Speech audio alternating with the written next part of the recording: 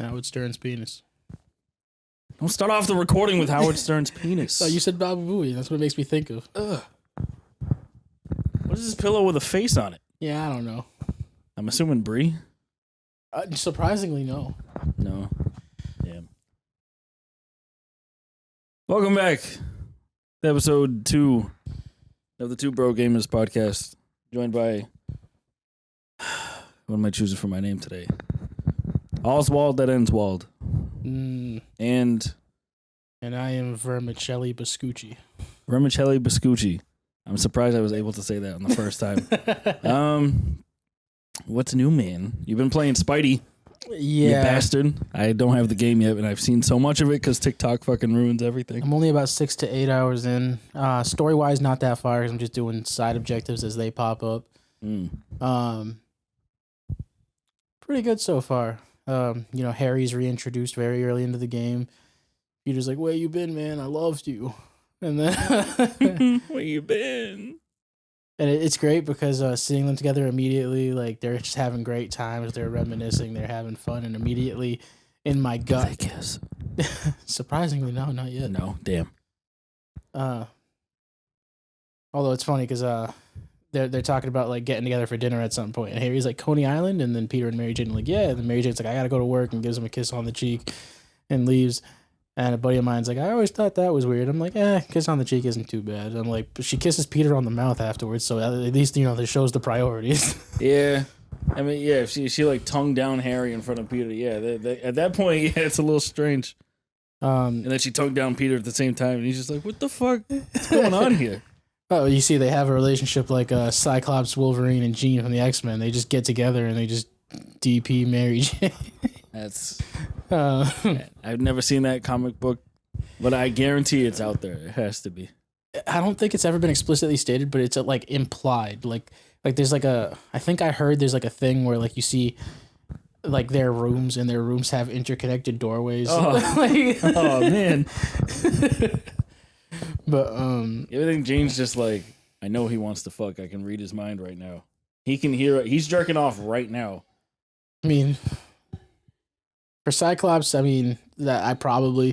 Wolverine's basically like an animal in a person suit. He always wants to fuck. That makes sense. You ever think this is entirely just stupid, but it all right, he's got metal bones, right? If he's jerking off, does it sound like just construction work, or like ding ding, like someone's rattling the silverware drawer? Right, yeah. Like someone just like dropped a pile of forks on the ground. Oh, I mean, out loud, I don't imagine you could hear it because I don't. But if he's animal wearing a human suit, he might just not hide his. Oh, they're like, God damn it, Logan's jerking off again. Yeah, I mean, thankfully the dick has no actual bones in it. It's all like cartilage and meat. But, I believe his has adamantium in it. That's just my headcanon is that he has an adamantium cock. Like I imagine the only time you hear like Wolverine's bones is like he gets up and your bones do that pop from getting old or whatever. Like, yeah, Wolverine sounds like I'm like a metal post about to collapse or something. Oh damn! So how far into Spider-Man 2 are you?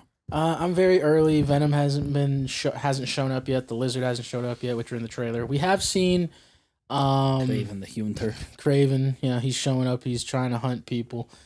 Like it's a very early on in the game. It's a very early mission. Like Scorpion and Martin Lee are supposed to get transferred to another prison because they're running out of space on the raft.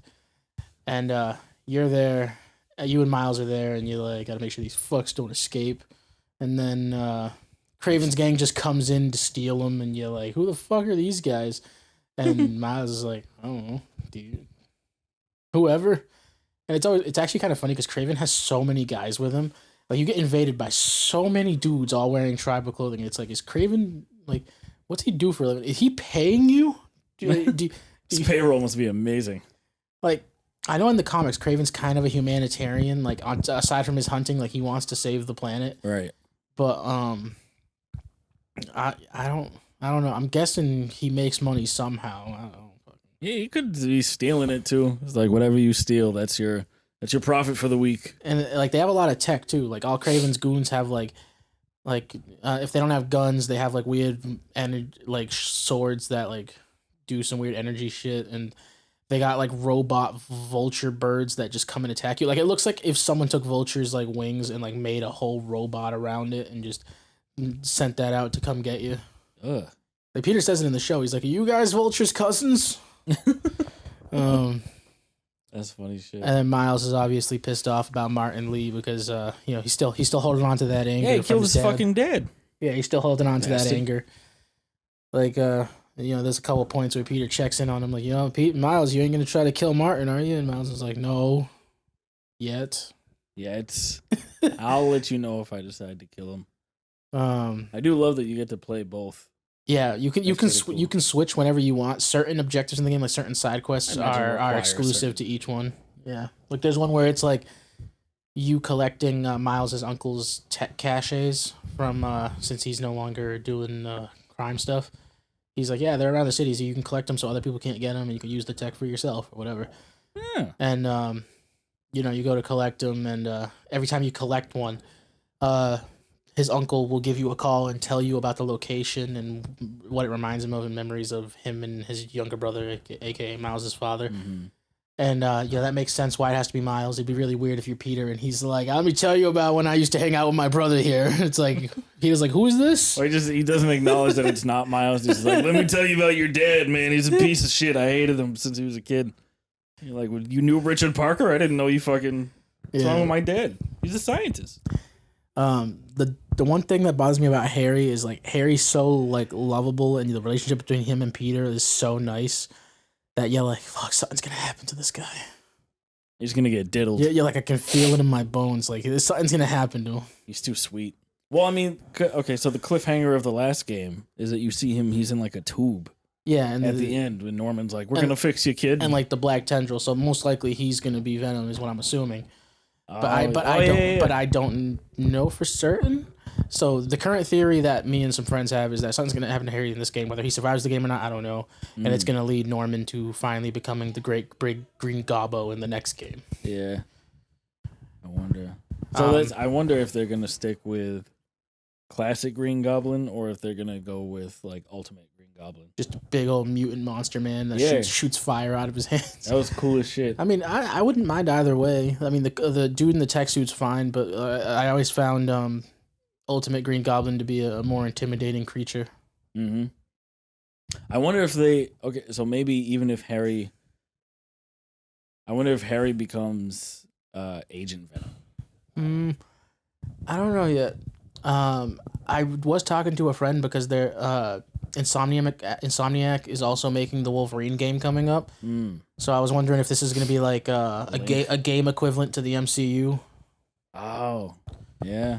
Because a friend of mine was saying that there seems to be some hints in the game. Like he didn't tell me what because he doesn't want to spoil it for me. But he said that it seems like they want to interconnect some things, which would be pretty cool. Especially like Spider-Man and Wolverine. They're a lot of people don't realize it, but they're close. They're friends. Yeah, they're very close. Yeah. I remember seeing.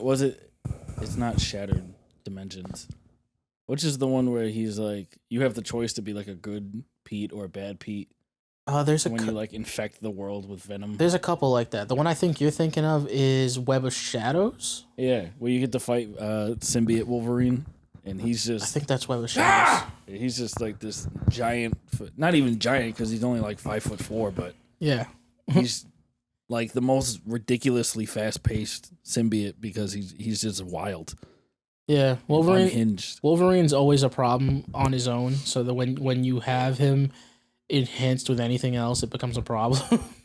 Give him the power cosmic and see what happens. Hasn't had exactly the power cosmic, but there's been an alternate version of Wolverine where he had the Phoenix Force. Oh no! And the way it works is the Phoenix Force gradually usually wears out its host, but something about adamantium, because I guess the power gets stored in your bones, and Wolverine's bones are indestructible. So so you couldn't separate the Phoenix Force from him in that universe. Like Jesus. So he was just stuck with it, and they end up having to fight. Is it Galactus or Doctor Doom? They have to fight someone. Dr. Actus. Someone really powerful, and it took him and Thor together to defeat the guy. And basically what had to happen is Wolverine had to sacrifice himself in the end, like literally had to like let his bones get disintegrated in order to transfer the Phoenix Force into Thor, so Thor could have that and the Thor Force together to defeat the guy. Christ. That's a lot. Recently in comics we got Ghost Rider Wolverine. That's unfortunate for anybody else. Like it was part of it was like a new version of the Weapon X program where they're trying to a new version of the Weapon X program where they're trying to harness demons for government use. I'm so sick of this fucking Weapon X garbage.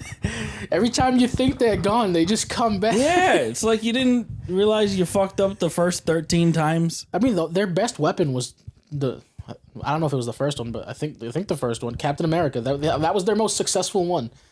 Yeah, and then they also made Wolverine and Wade, which are like two of the most unhinged people in the entire universe. Yeah. Although it depends. Logan sometimes can get a calm about him, kind of stoic, but like it depends whether he's still animalistic. Yeah, he can lose himself to his primal rage and whatever. Yeah, not to mention he's like a horrible murderer. He's like the main difference between him and like Deadpool is that like, Wolverine is like is just less crazy. Like he's more repentant and like he knows he's a piece of shit. Yeah. Whereas like Deadpool's just cracking jokes all the time. Well, because like I remember when my cousin Andy gave me the comic, I guess when the Berserker's Rage first premiered or debuted, and it's like that was literally him at his most unhinged, giving 100% into his animal instinct. And it was like he could have leveled an entire country in like a night of like how fast this man, like this just unbiased killing just going rampant. And it's like, if he doesn't check himself, the man's a problem. Yeah, when you got claws that can cut through anything and you got that animal-like agility, you can make some take a missile to the face and be like, ugh, and just grow your skin back. Yeah. Amazingly, he always grows his hair back, which makes me laugh.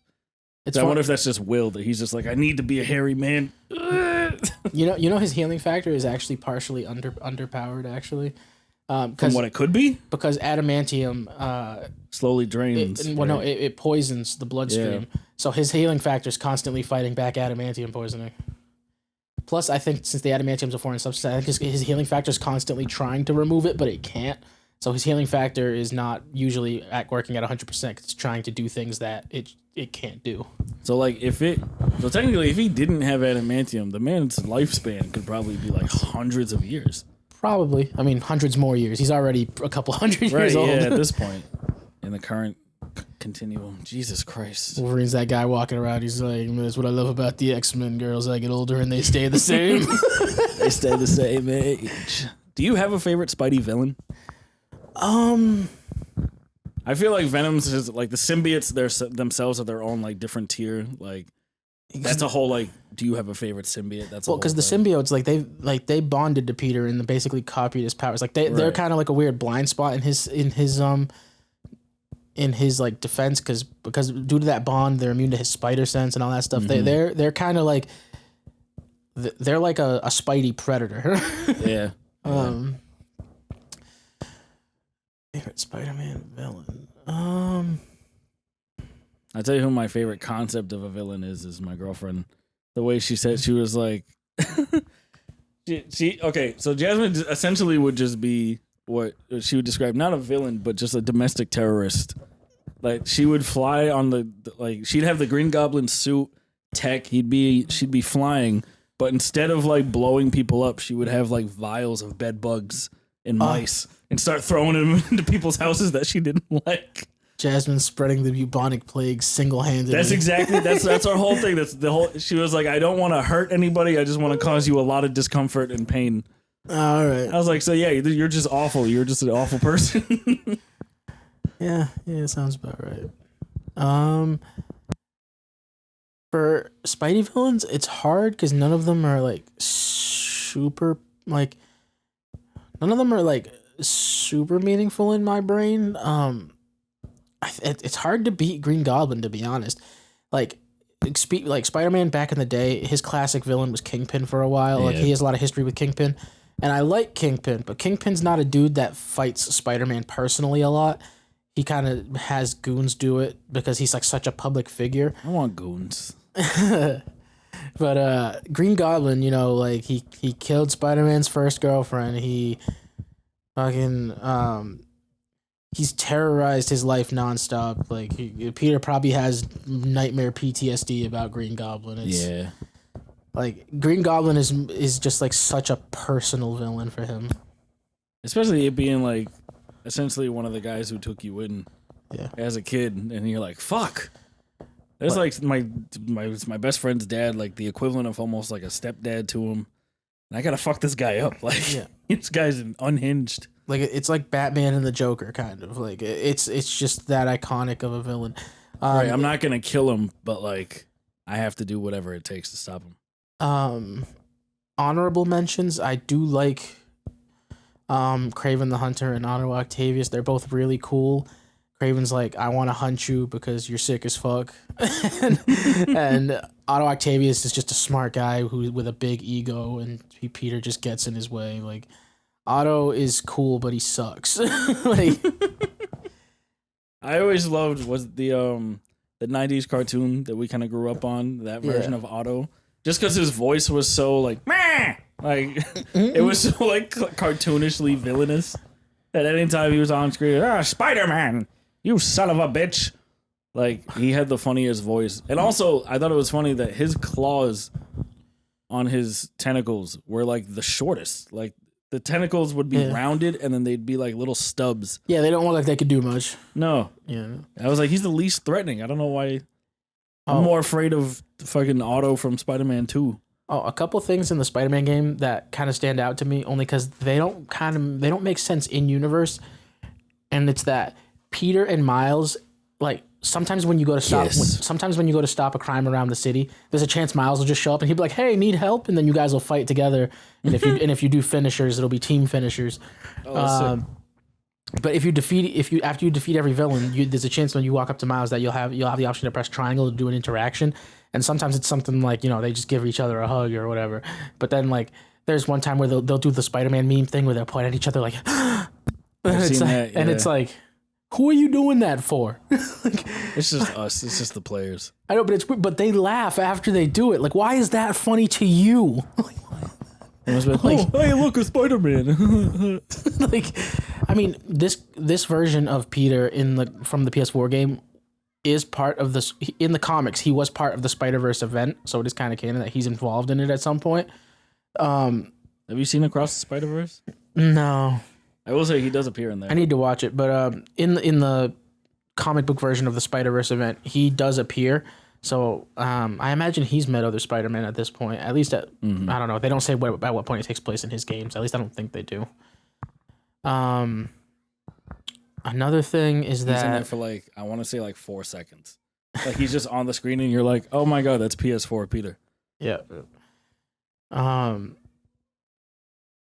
PSP, PlayStation Peter. Oh, there's a company called Sideshow Collectibles. They make they sell figures and collectibles, and they're currently it's available for pre-order. It's a figure of Miles G. Morales, the version of Miles that became the Prowler from Across the Spider-Verse. Yep. And that figure looks really good. It looks really sick. I want one so bad. I gotta look at that. Yeah. It's I've always wanted to collect figures, but they're so expensive.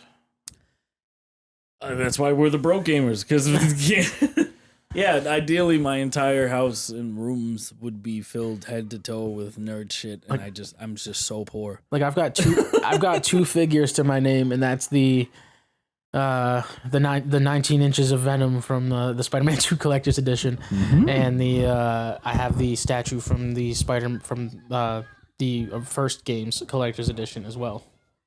I don't know if I have I definitely have a Spider-Man. I don't even know if it's a Tom Holland Spidey, but I have a Spidey Pop, and I think a Miles.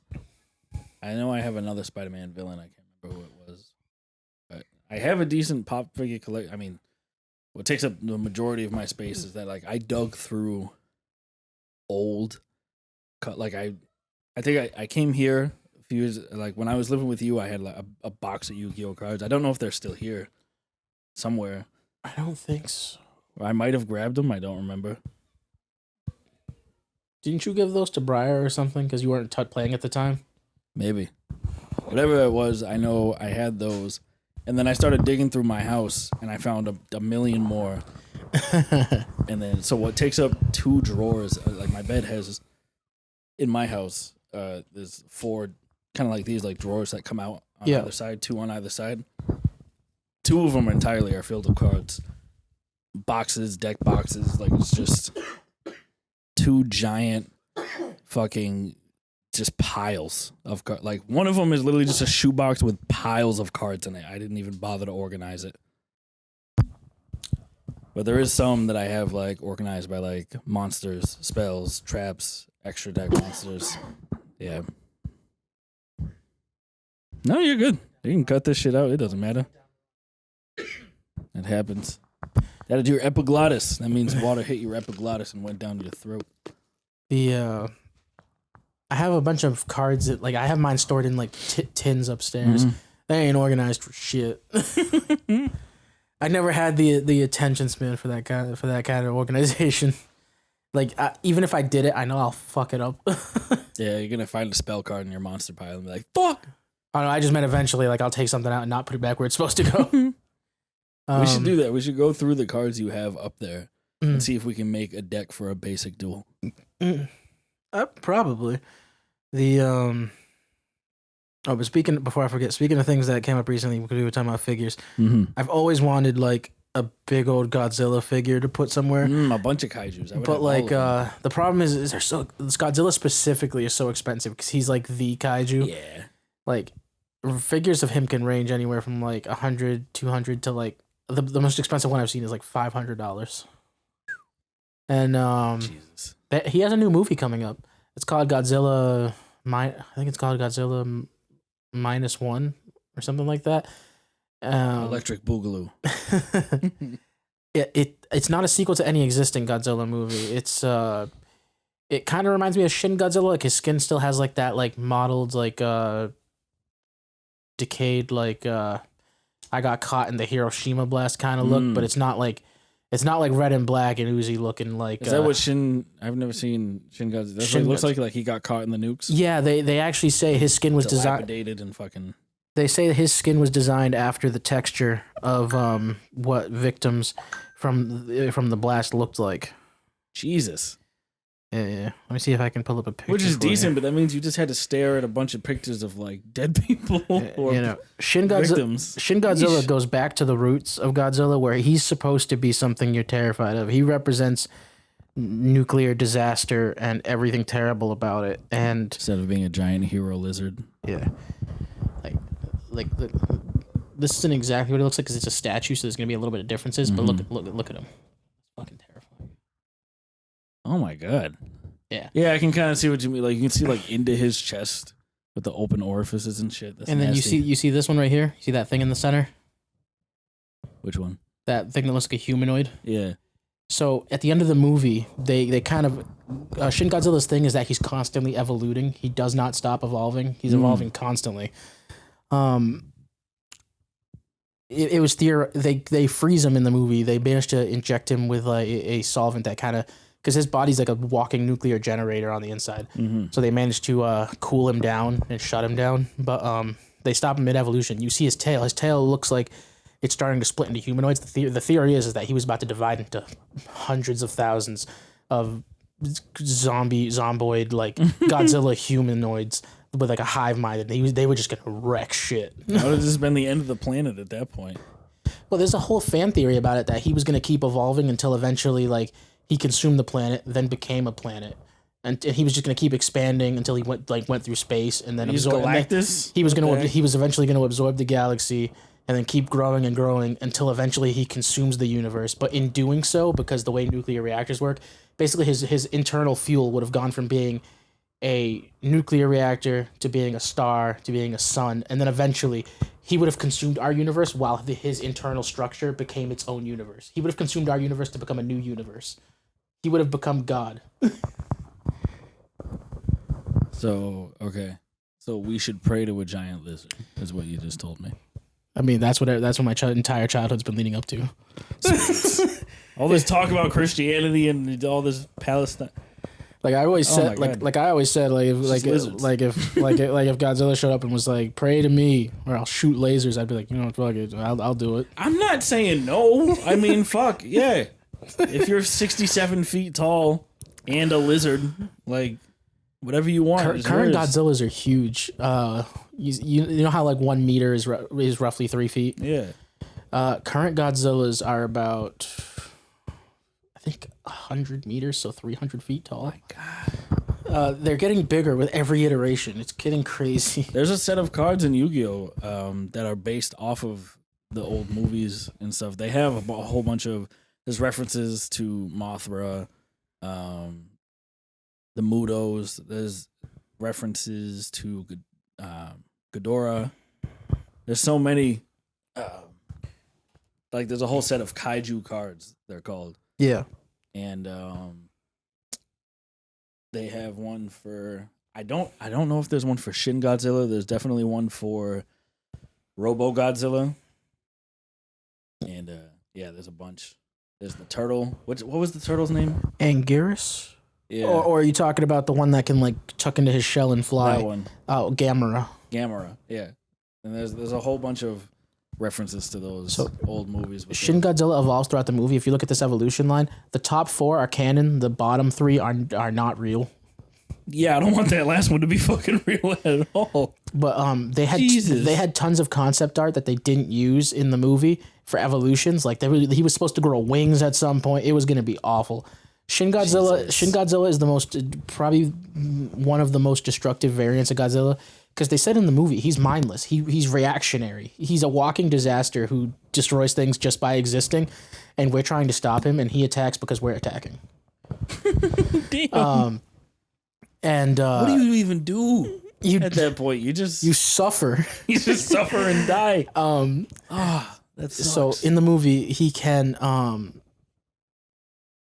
tune his fire breath. So it can be anything from a radioactive flamethrower to a fine laser. He can condense it at will. Jesus. He can, his dorsal spikes out of his back. Mm-hmm. He can fire dorsal lasers out of his spikes in his back, like a living disco ball of nuclear destruction. Jesus. And if you notice, do you see how his tail's the longest out of any Godzilla's tail? He can wave that thing around with a laser shooting out that tail, just waving it around like a fucking. It's crazy. So he knows Gale style jutsu, basically. Basically, he's crazy. Cutting laser. The thing is, he does, because his power is limited. Like if he uses too much power at once, he does have to shut down and recharge. So like, there's a scene where he just falls asleep in the middle of a city. Like his glow goes down. He's just, and then like. Damn. And they're like, shit, we gotta get ready for when he wakes back up. And then he wakes back up and he's like, all right, round 2, motherfuckers. Round 2. He's definitely the dumbest out of any Godzillas, because all the other Godzillas had their own like sentience or sapience to them. They could all like think and hate and do that, whatever. Different versions of Godzilla did different things though. He's the walking disaster. He is supposed to be feared. Older Godzillas were supposed to be heroes. Some of them heroes on purpose, some of them heroes just by happenstance. Like there's versions of Godzilla where he is a kind, benevolent giant who's here to save us. There's versions where he's here to assert dominance over the other monster and he just happened to save you. There's versions where there's a version of Godzilla where his eyes are entirely white, because it's supposed to be that within his eyes swim all the souls that died in Hiroshima and here to exact righteous vengeance upon us for nuclear war in the first place. It's Jesus. Yeah, Godzilla varies very badly. And then there's the movies in I think it's like the 70s or the 80s where there's just where he looks cartoony and it's just a dude in a suit and Godzilla jumps and drop kicks monsters in the mouth. like Knees. That'd be awesome. And then there's comic Godzilla. There's a comic book called Godzilla Goes to Hell where he gets sent all the way to hell and he slowly but surely walks his way out, murdering everything along the way. Is it the Nether? Like he just knows how to get out? What are you talking about? This guy's weird. There's a Power Rangers Godzilla crossover Of course. where he's not on their side, but he's not against them. Like Rita pits them against each other, but then her monster gets sent down, and then they kind of team up to kill that, and they're like, "Yeah, we did it." And then Godzilla looks at them and he's like, "All right, your turn." And they're like, "We need to leave." I should have just had Tommy call the Dragon Zord and fight him. I'm trying to think. I just remembered how we even got onto this topic was we were talking about the Spider-Man PS4 game, Yeah. and then Spider Villains, and then talk about Insomniac doing Wolverine. And favorite Spider-Man villain. I gotta think. So there's definitely maybe I would say a runner-up, which was Evil Ben. Evil Ben, Because he was like making his Peter go around like suck the souls of other Peters, or like steal their powers to like enhance his life force. Evil Uncle Ben. I thought you were talking about. I thought you were talking Ben about Reilly? Evil Ben Reilly. No. There was a I was gonna say he's still evil now. He There's a Spider-Man going around like stealing other people's life force so that he can extend his own. He's the Spider-Man from the same universe as Bruce Banner, Sorcerer Supreme, and the Infernal Hulk. Mm-hmm. Yeah, and but a number one, if I'm taking away, I would say maybe just because he's his direct counter, like Hydro Man. Because like anytime you saw Hydro Man, it was just like, yeah, Peter's shit in water. Like he can't do anything. Like his powers are all land based. That's why he lives in a giant city. But you bring him in the ocean, the man's fucked. He can't do anything. Mm-hmm. And that was his whole thing. Like I remember Hydro Man in the cartoons and in the comics. There's several volumes deep because it's like he really has to now either you need to make a spider suit that can deal with the water, or you got to make something electric to fry this man, or you just got to bait him into not being in the water. But if you get him near the river or any of the rivers in fucking New York, you're screwed. Like that's it. It's the same thing with Sandman being next to like obviously it's so great for Sandman to be in somewhere like New York that's always under construction because he just goes to a construction site and just fucking absorbs a whole beach worth of sand in his ass, and he's the size of Mount Rushmore. Yeah, I would say maybe Hydro Man. I wish he would come back in games. I don't see him. Yeah, no, they focus a lot more on Sandman, even though they're the same dude, just different material. That's it. They could have been brothers. But then they couldn't because like Hydro Man's Sandman's weakness also. Have you seen did you know Ben Reilly's still a villain in comics now? I thought he had his whole little redemption arc. Kind of, but then he fell into like a vat of weird mutant goo, and he goes by the name Chasm now. Ew! Why does he look like that? Yeah, I don't know. I haven't heard anything from him in comics recently. I think he's laying low. But last I checked, he's goes by Chasm. Like there's a part where like Peter walks up to him and he's like, Ben, and he's like, please, I'm working. Call me Chasm. Please. I'm Ben. But call me Chasm. So we've talked about a lot. I mean, since we were kids, we've talked a lot about like high fantasy being something of like our favorite thing to just indulge in. Do you have, I'm not even gonna say a favorite game because there's so many high fantasy games. Chrono Trigger to Elder Scrolls to Spyro. But that's Chasm. I don't know what happened, but Chasm's got a scythe and demon wings in this comic cover, and it looks pretty cool. Like Spawn. I'll ask this just because it's a show that you and I used to watch a lot. Do you have a favorite? I'll say a favorite melee weapon because we used to watch like Forged at Arms a lot, or Man at Arms. Yeah, on YouTube, and then like Forged the competition, whatever that show is. Forged in Flame or something like that. Yeah. I'd say by far me, it's the God, what's it called? I want to say not a Morningstar because I feel like a Morningstar. A mace? Well, okay. So is a Morningstar? Does it have to be basically a spiky mace, or can it be like a flail? I just like a spiky flail. I just feel like that's a great weapon to have. I think it's usually a mace, but let me see. Look up the definition. Because every time I think Morningstar, I think of a stick like Hawkman. Like Hawkman has a Morningstar. That's what I think. But if it can technically be any spiked ball weapon.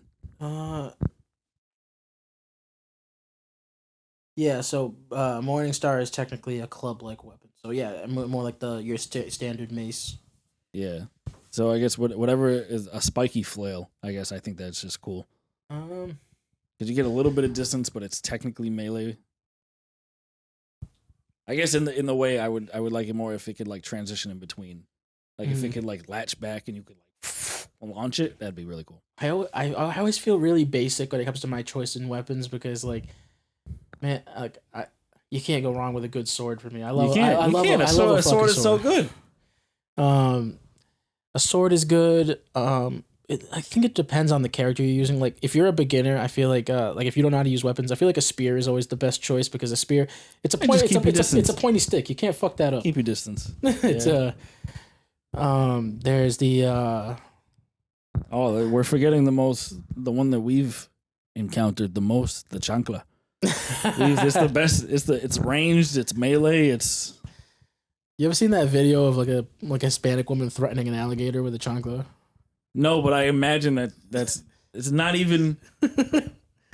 Like in my mind, it's not even inconceivable to think of because I lived in Florida for a bit, so I understand of just a woman being like, "Hey, saca la güera pa allá." Like I think it walked on land. I think it walked on land to potentially try to eat her pet, and then she fucking wept and then she like pulled up her chancla, and the gator kind of turned around and went back in the water. Damn. She intimidated the gator. That's hilarious. The go abuela. A weapon that I really like, and I don't know what it is about it, but it's really wormed its way into my heart. I don't know if it's because it's in a lot of places nowadays. Like Nightwing uses them. Naruto used them in the Fourth Great Ninja War, but Eskrima sticks, twin fighting sticks, short staffs, I guess you could call them. I like that. I like because you can't that's another weapon that is kind of hard to fuck up. You got two sticks, you can attack and defend. You can't hurt. You can't really stab yourself. Right. But unless you're dumb. That I think those in the spear would kind of be my honorable mentions. But my heart always yearns for the sword. Is there either a video game or maybe an anime like weapon particular that you like? Like one specific. Or even it could be in like folk, like if it's Muramasa or something like that. A weapon that I love, because it's in a game I used to play a lot as a kid. It's a very impractical weapon. Like wouldn't work for shit in a realistic setting. But you ever play Prince of Persia? Yeah. Oh, the sickle sword. No, in Prince of Persia, the two thrones when you get the Dark Prince and the Light Prince.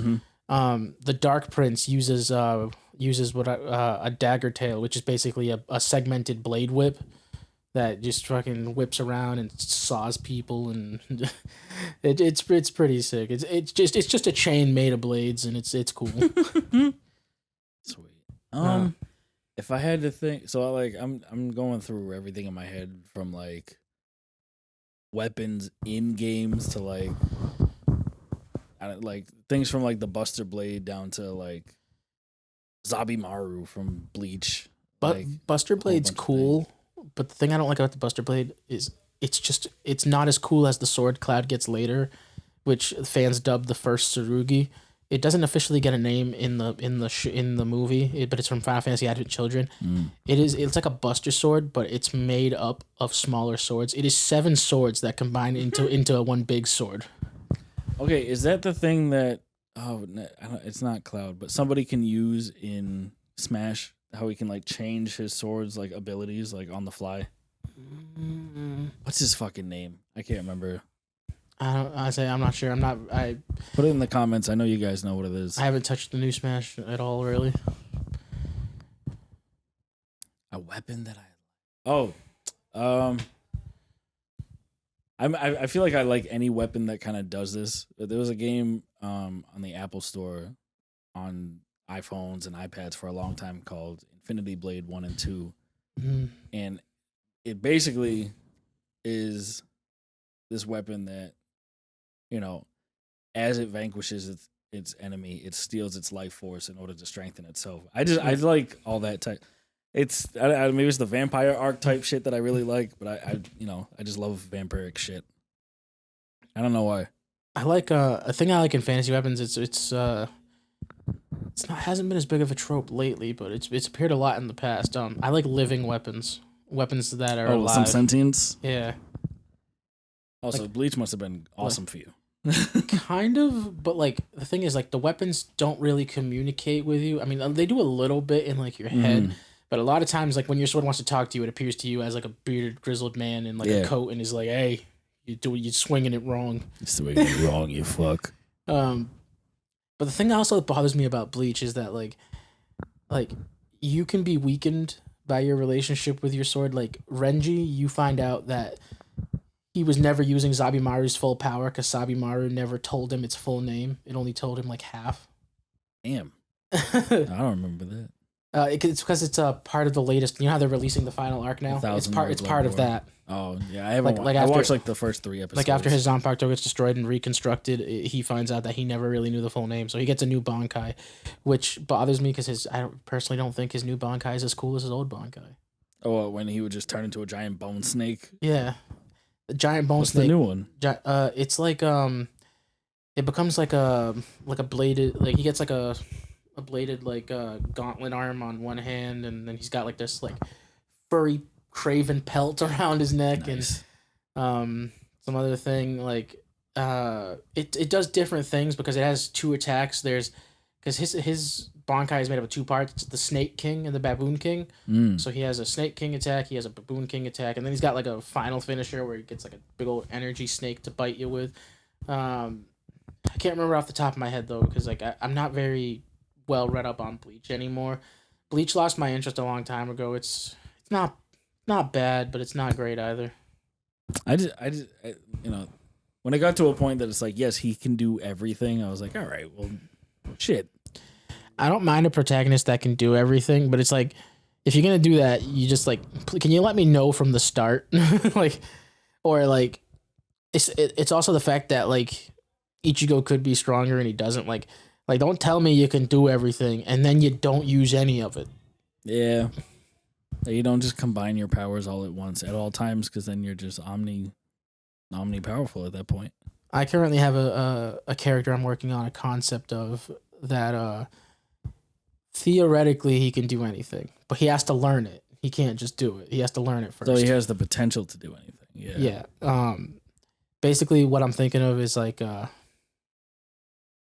you know like a gene bank, like how they create like how we have like the plant bank that's like a seed of every plant to ever exist in case we ever needed it. Well, I'm thinking of that, but like him, I want like he's like a living storage of like DNA. He has the DNA of every fantasy creature that to ever exist, like stored in his body, and he can channel their genes to wield some of their powers. But he has to learn how to do that first. Yeah, at the start, he's just running off of instinct, youth, and anger. Like at the beginning, he's just doing what he knows, and he's trying. He has to figure that all out. Do you have a name for the series that you want to make, or no? I mean, currently there's 2 I'm thinking of, but I don't have names for either of them yet.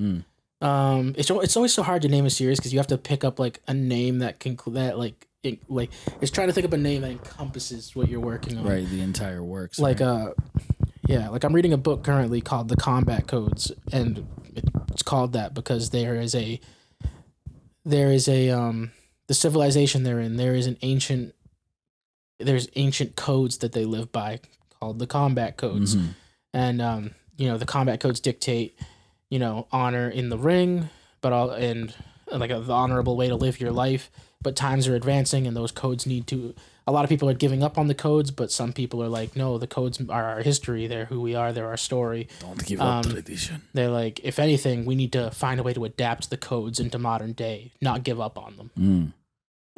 Because traditionally for the combat codes, they believe that science and tools have no place in the battlefield. Like it's all Mm. about you. It's all about you, your hands, and Versus the other sweat. person. Yeah. But like now, like new tools are coming out, like neurostimulants to make it so that your body doesn't age as long, so you can last longer and fight longer. Mm-hmm. Instead of letting your body age out and then letting new recruits take over. Um, and you know the Citadel, the government they're working for, is pushing them to use these things, and a lot of the younger generation now is using them. But when they first got introduced, like one of the main characters, Murray Pearson, he was a famed Griefer Knight. He was like the captain back in the day. He was one of the best. He didn't want to use them because it goes against the codes, and his coach was against forcing them on his team because of the codes. And eventually, his coach ended up leaving the Citadel and leaving training dudes to fight entirely because he was like, no, you guys aren't gonna follow the codes. You're gonna force my team to do this shit. He's like, I'm not gonna be involved in it then. Yeah. I've always liked stories that kind of have that dichotomy of like this is what we could do versus like what we should in a way. I feel like it's one of the reasons I have you kept up with Attack on Titan at all? Yeah, I'm up to date. Yeah, so like it's one of the reasons why I really love that series, and I would say it's in my top 3 of all time. Just because I mean, yeah, it's fucked up how all the powers and stuff started, how every Titan got divided amongst different families and this, that, the other, but it kind of posed the question like to Eren, like, hey, just because you can have all the power, should you? And he was like, yep. He was like, I'm gonna do everything possible to reset this universe because fuck everybody. I like Attack on Titan. I think there's problems with it. I think For sure. And there's problems with the show itself, but there's also problems with the way people interpret the show. Like people are like, "Yep, Eren's right. He did nothing wrong." Like the dude's about to commit planetary genocide, and you're telling me that's okay? He's right. He's a tragic character. I understand. It's weird though because he kind of fucked himself up. Like he got fucked up by events that he would later become so fucked up that he set those very events in motion. Like it's a never ending time loop. Yeah. So one of the things too, I always think of with Eren, because everyone thinks like, oh, he's always been this nice, kind. And yes, he's been like a nice, kind person. He's been genuine, but like his resolve when he has a goal, I think that's his number one quality is that he will do whatever it takes to get that goal accomplished. Like I guess technically when when Mikasa first got captured when they were kids and he just showed up to the guy's cabin, like that scene was him as like what, a 10-year-old kid just stabbing a grown man like in the chest and then walking away. Which shows a lot of strength of character, but at the same time you're like, this kid's psychopath. This kid's fucked up. Right. Like we know Mikasa's fucked up. She's been fucked up from the start. You could tell that just by looking at her. But like I mean, especially when they kind of reveal that like her genetics play a big part in that. Yeah. In that she's technically wired to protect Eren with her life, and like she doesn't know if she really loves him or not. I've read ahead. I finished it already, so I kind of know that story. But yeah, man, like that's if you had to pick one Titan ability, which one would you have? I'm for sure going Colossal. I would love to be able to just nuke anything I want. Like the Colossal Titans always bothers me. Like his abilities are cool. It's his body proportions that bother me. Like he's all torso. He's all torso. Stubby fat legs and his ugly ass face and noodle arms. Yeah. Especially when he steams himself off, he's now just this skinny mass of bulbous person. I think Armored Titan's pretty cool. The Attack Titan's cool, but the problem is he has nothing outside of the facts that he passes his memories down and shit. Outside of that, he doesn't really have any abilities going for him. Like the Attack Titan's like a good like long term, long plan kind of Titan. But if you don't have a plan you're going for, it's not really. It doesn't matter. Do anything. Yeah. I like the Armored Titan and I like Annie's Titan, the one that can do all the crystal shit. Oh, the female Titan. That was pretty cool. Yeah. I remember like when I was doing a deep dive, I did it for a video. Yeah, Annie's particular powers is that she's good at mimicking naturally the abilities of the other ones. Okay. So like the female Titan can do that howl that the Beast Titan can do to somewhat control mindless Titans. Because when she screamed and they all came to her, she was like, "Hey, come eat my body because I'm leaving." Okay. So she can do everything they can do, but to a lesser extent. And that's why she can do the hardening the same way, but it's not that good. That's why she only isolates it in particular places. She can do the crystallize herself thing, like the Warhammer Titan can do. For a one-on-one fight, though, she might be the best. Then might be the most balanced as long as you know what you're doing. Yeah. That's why she fucked up Eren so much. Yeah. The ironically, only to be thrown off by her move that she taught him. I remember a friend of mine, Brie. She had me watching because she's the one that got me to start watching Attack on Titan because she would talk about it and I'm like, I've never seen it, and she's like, you have to, and I was like, no, and she's like, watch it. Okay. So then she like we were watching it together and she's like you're never gonna figure out who like, she's like, you're gonna have so many questions, you're never gonna figure this out. Like when like the female Titan showed up and she like starts fighting, I'm like, Annie, and she's like, how'd you get that? I'm like, you see right there, she did that footwork maneuver she did, that's the same thing she taught Eren earlier. Yeah. I was like, and she's like, I never noticed that. I was like, yeah, you've been paying attention. And then the one I didn't guess was the Colossal, and that's because like he's such a background character. You don't pay attention to that guy's bitch ass. Bertolt, he's kind of just I do love the kind of psychopathy that happens with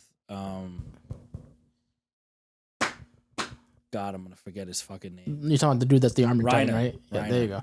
Yeah, how he just like, even when he was talking to his family, like mid sentence, he broke out and was like, "Yeah, those were enemies," and then he just went, "But those were my friends, and we shared roofs together, and like, yeah, they're not that bad." Yeah, and then his family was like, "What?" And he was like, "Yeah, I don't know." Yeah, the whole show is got shell shock. The whole show is just kind of people realizing like, oh, they're not they're just people. They're not monsters. They're people. They're literally just other people.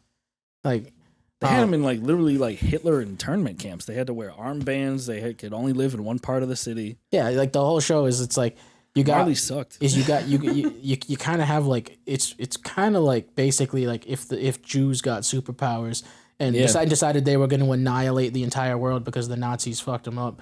But you couldn't name an anime Super Jews because that's I don't think that would be an appropriate title. And then when you find out the origins of the founding Titan, it's very interesting too. I don't think I've ever felt more bad for a character that I've never really met. Like that, like the first Ymir. Yeah, you feel super awful for her, and you kind of understand why she sides with Eren because she's just been abused her entire existence. Exactly. Yeah. But like, yeah, I think Attack on Titan's a good show. It's just I think the ideas it brings out in some people is not the best. Like the mental reaction some people have to this show, it's like, no, I don't think that's what you're supposed to be taking away from this. No. So there's definitely even too. I don't know if they did this retroactively. I would assume not, but like maybe. But like when they revealed that like future Eren's been influencing past Eren like a lot, and you can go back and see in certain episodes that he is in the background. Mm-hmm. And I'm just like, fuck, like how, like those are the details that you're like, how did I miss that? It kind of makes you feel less sympathetic for Eren in a way because he's doing it all to himself. Like everything, all the shit that's happened to him is being done by him. It's him on him. But it's one of those things where it's like you feel bad for him in a way, but at the same time, he's just a dick. He's a megalomaniac. Yeah, like when his dad's like, "Oh, I can't kill these people," and Eren's like, "Do it, pussy." Yeah, basically. I love seeing that. That was one of my favorite tweets I've ever seen. It was like, we just got a super masterclass in gaslighting by Eren Yeager being his dad, being like, I can't kill this entire family. He's like, what are you, a bitch?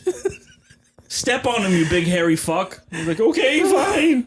And then, like, Grisha breaks down when he sees Zeke, and he's like, oh my god, Doug, you have to stop your brother. He's a fucking maniac. I'm doing what I have to do, and he's forcing me to do this. But like, dude, it's up to you. You have to kill your brother. I'm so sorry. Yeah, this kid's a psychopath. He's like, listen, if Aaron gets what he wants, you all are screwed. He's like, you need to do something. And it's too late. By the time the warning comes in, it's too late. Yeah, like it's already been set in motion. And like, it's literally like Aaron ever since he has like that like mental break in at the end of the previous season where he's talking about like never really being free and how there's a whole coast of enemies on shore.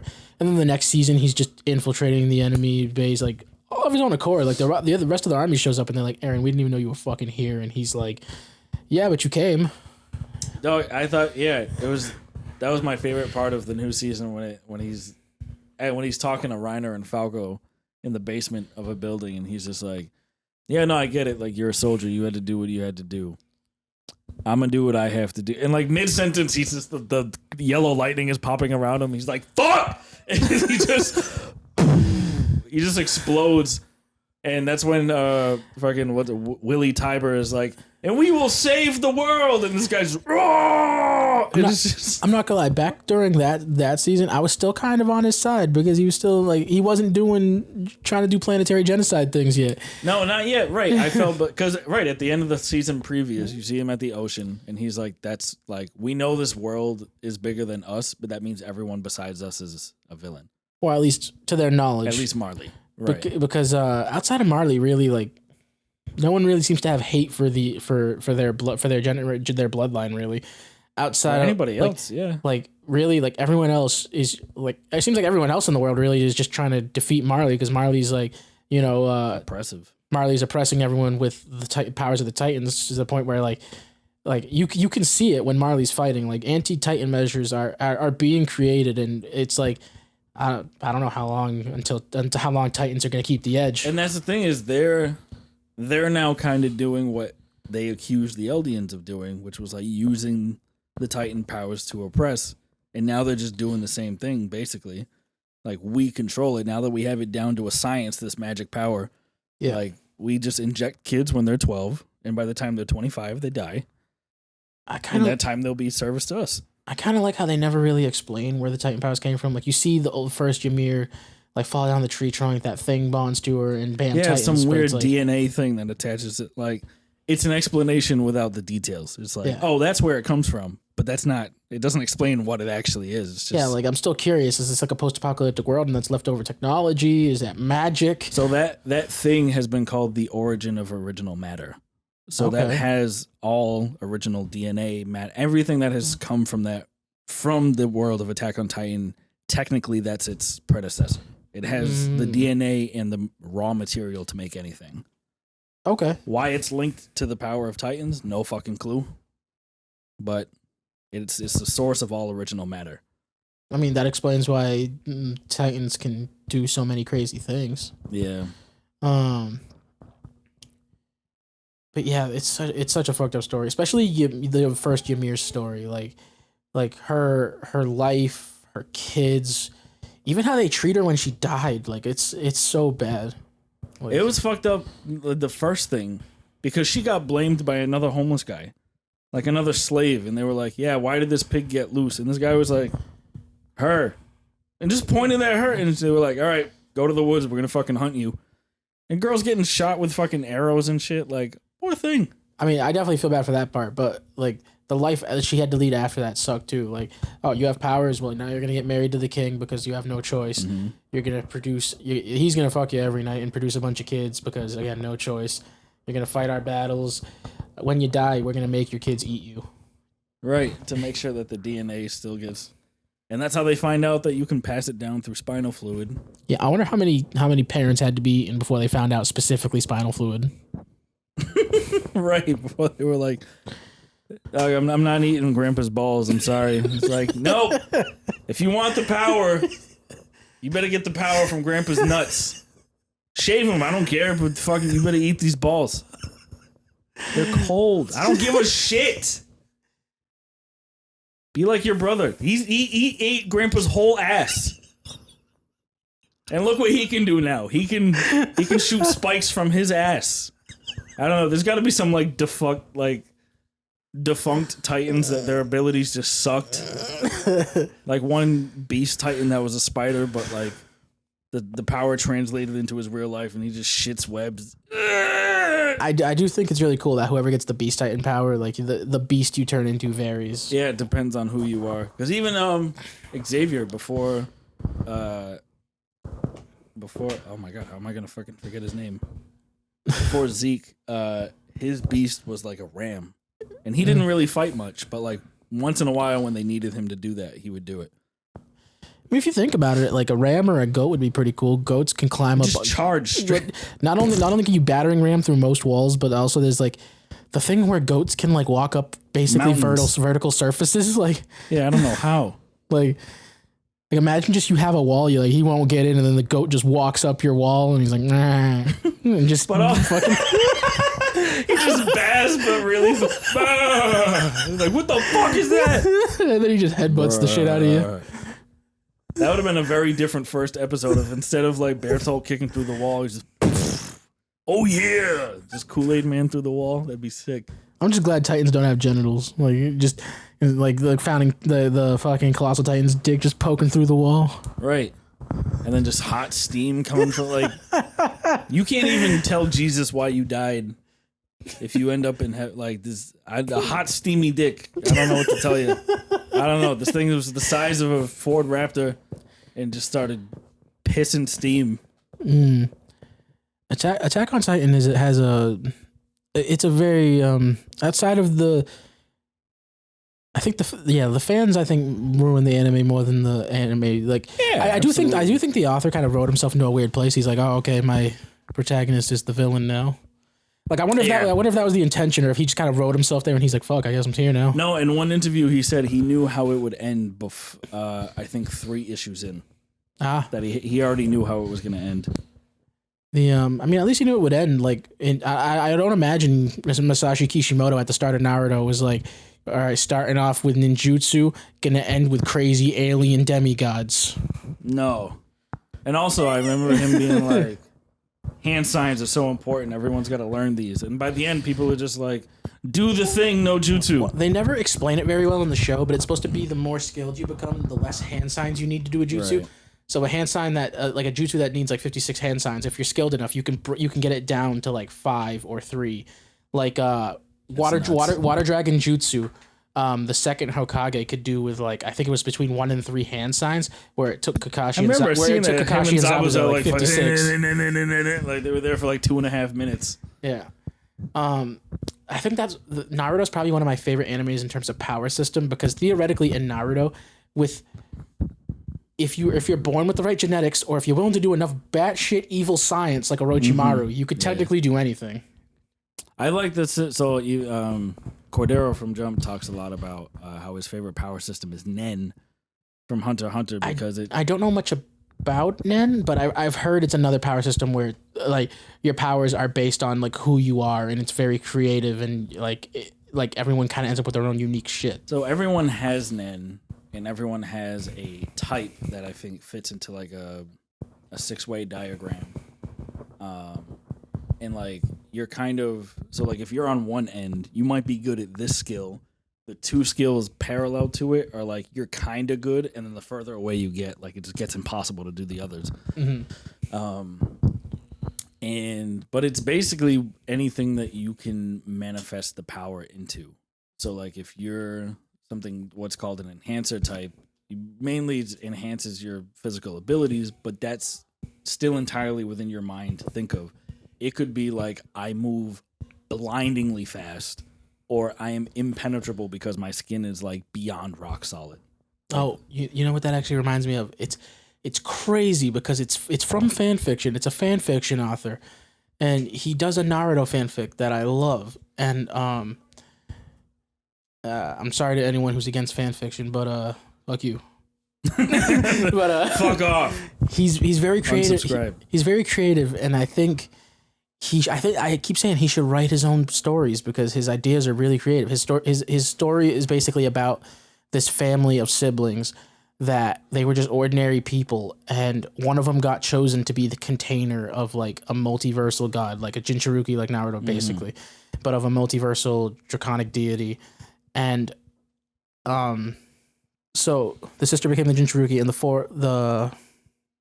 the four brothers got chosen to be her guardians, like her elite guard. And they're like, she's like, I want you to be my elite guard. And they're like, what's in this for us? And she's like, what do you want? He's like, and he's like, I want something that, you know, takes something from you as well, something that's not basic. Vindictive. So he's like, she breathes a special, unique kind of fire. They're like, we want your fire. And so her fire gets split into 4 different aspects, and each of them has different flames that can do different things. There is the green flames, which basically make it so that one of the brothers, his name is what's his name? John. John the Green Dragon. He Scabbard. They call him Scab for short. I don't know. In my mind, for some reason, I wanted to call him Spaz.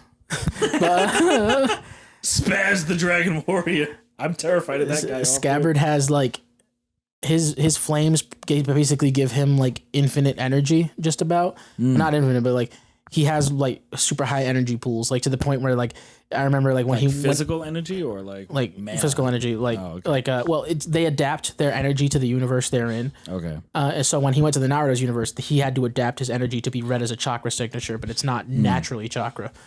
And so like there was a part when like a Hyuga went to look at him, and they almost blinded themselves. They almost blinded themselves because he's producing so much energy. He's blinding to look at. Like he hurts to look at. There is Waltz, who's the oldest brother. His all the magic kind of comes with drawbacks. Like Scabbard lost a leg for his, so he has a prosthetic. Waltz, his flames, if I remember correctly, Waltz uses his the least, so I don't remember his very much. But in exchange for his fire, he can't control his age. Like the rest of them, they can use like magic or whatever to control how old they look. Waltz can't control it. He looks infinitely old all the time.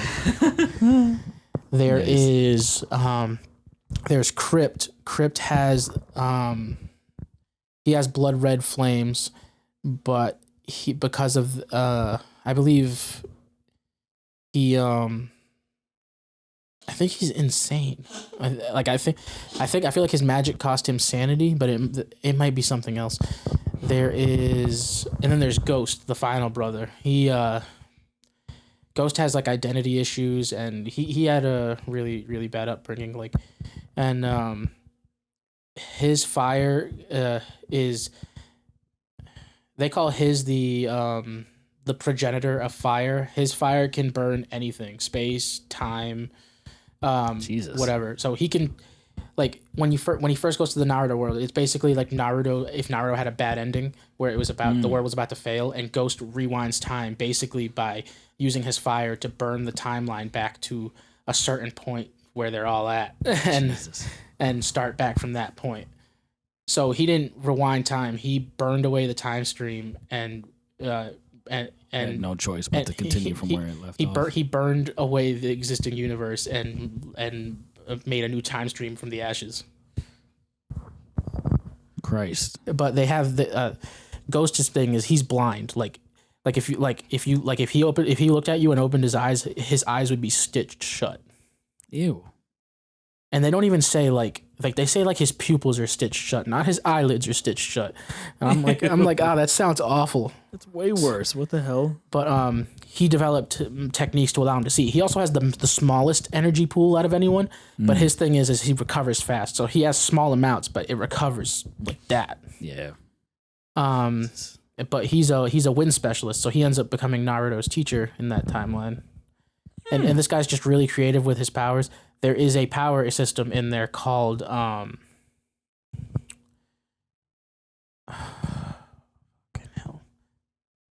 it's balls. Yeah, Naruto's just got big swinging balls all the time. Swangity balls. Presence is what it's called. Presence. basically like everyone has a presence unique to them, and your presence will identify as a certain thing based on yours. Naruto because he has the fox in him and he's a wind type. Naruto's presence manifests itself in windstorms that, like, if you listen, like the wind carries like predatory growls in it to represent the feral nature of his energy. That's cool. And like Waltz's presence represents age. Like his presence represents like the essence of old. The essence of old. It's the same thing. It's just wind be and in the background. The way presence is defined is it's a way for humans to combat the divine in their own way. Basically, there's several different ways to use presence. One of them is it overall will boost whatever action you're doing. Like basically, like consider it like a multiplier. Like you're like, all right, I'm gonna punch this guy in the face. You use your presence, and you basically use your presence to apply your will to the universe around you to magnify the effect of your punch. Okay. And there's also a redirection presence. Like someone could shoot a bullet at you, but if you use your presence to will that bullet not to hit, it'll miss. Oh, damn. But there's also presence battles. That person can use their presence to try to counteract your presence to make the bullet hit. And it's all about who's more skilled with presence at that point. Okay. Presence being almost like a manifestation of will. Yes. Okay. And then there is a third thing of presence that's called... This is all still from this same writer? Yeah. Yeah, to make your own fucking shit, dude. I'll read it. What the hell? Yeah, and the third ability of presence is called law. Law is when you invoke yourself through your presence. Like when Naruto uses law, he becomes the windstorm that his presence represents. He sheds his physical form and becomes the storm. Becomes Big B Wolf. And but the problem with law, and the reason why it's rarely taught and it's kind of almost forbidden to teach, is you can lose yourself in the chaos of your presence, and if you don't manage to mentally collect yourself and bring yourself back from it, you can mentally scatter to the winds and be lost. Well, damn. Like in one of Naruto's fights, he uses presence, becomes a living windstorm, and everyone else has to use their presences to basically bring him back down to earth and get him to coalesce back into his being. Otherwise he just won't come back. Well, you heard it here first. If you don't like fanfic, fuck off. So, fanfics. I originally got into fanfics because I was in foster care and I didn't have money to buy my own books. So that's how I got into it. Fanfics. A lot of them are trash. A lot of them are just written to be smut. A lot of them are written to be smut or to be gay, or which no problem with. It's just not always what I want to read. Right. Have you heard this? It's not even a theory. It's true. This is just the timeline of what happened. Twilight. Huh? You talking about Twilight? How Twilight was fanfic? How like you talking about like the 9/11 Twilight thing? Yeah, I've heard 9/11 was a tragic event, obviously. That happened in America that inspired a band called, I think it's My Chemical Romance, which Stephanie Myers listened to and wrote a book called Twilight. Twilight was then written, somebody wrote a fanfic of Twilight that was all sex that became 50 Shades of Grey. Yep. And so basically 50 Shades of Grey is the direct result of the 9/11 terrorist attacks. Yep. I've seen that meme so many times and it's crazy, but I mean, and it's true. Like it's actual. Yeah. Like that's insane. But yeah, some fan fiction authors produce stuff like that. Some produce good shit. It's just like not a lot of them ever go to write their own work, and some of them probably should. I just feel like I depending on what it is, like I would have to know ahead of time going into it, because I don't want to read a story that's like, what if Venom and Carnage took over the universe? And I'm like, oh sweet, and it's this, and then it's like, yeah, and then their symbiote dicks touched, and they touched symbiote dicks the whole time. A lot of people. What is this garbage? A lot of people will usually tell you it's smut for the first time. Most people don't try to surprise. Most people don't try to surprise you with it. They're not going to be like. They're not going to be like Naruto and Sasuke against the world, and then you read the first chapter and it's like, and then they fuck. Like it's the first 3 sentences they kiss. Like some authors do that, but a lot of fanfiction websites categorize their fics by what they're about. So if like smut, yaoi, which is gay stuff and Gay smut. all that stuff. It's usually categorized by. I've read some that are fine for like yaoi. It's not my preferred, but you know, it exists and it's fine. Like, honestly, I think the story of Naruto and Sasuke makes way more sense if they were gay. Even if you didn't want rivalry, right? Even if you didn't make them gay, make them lovers, and it still make gender bend Sasuke because he already looks like a woman anyway, and and make them kiss. Like, it makes way more sense as to why Naruto would be so obsessed with getting Sasuke back if they're in love with each other. Just this big titty goth bitch, and like that was his whole thing. Man, that would big titty goth bitches would motivate me to do a lot. Yeah, I get it. Yeah, that makes sense. All right, guys. This has been episode that number. Whatever number you just thought in your head is the correct answer. Whichever one. If you're listening to this is the 52nd time you're listening to it. First of all, thanks. Been episode 2.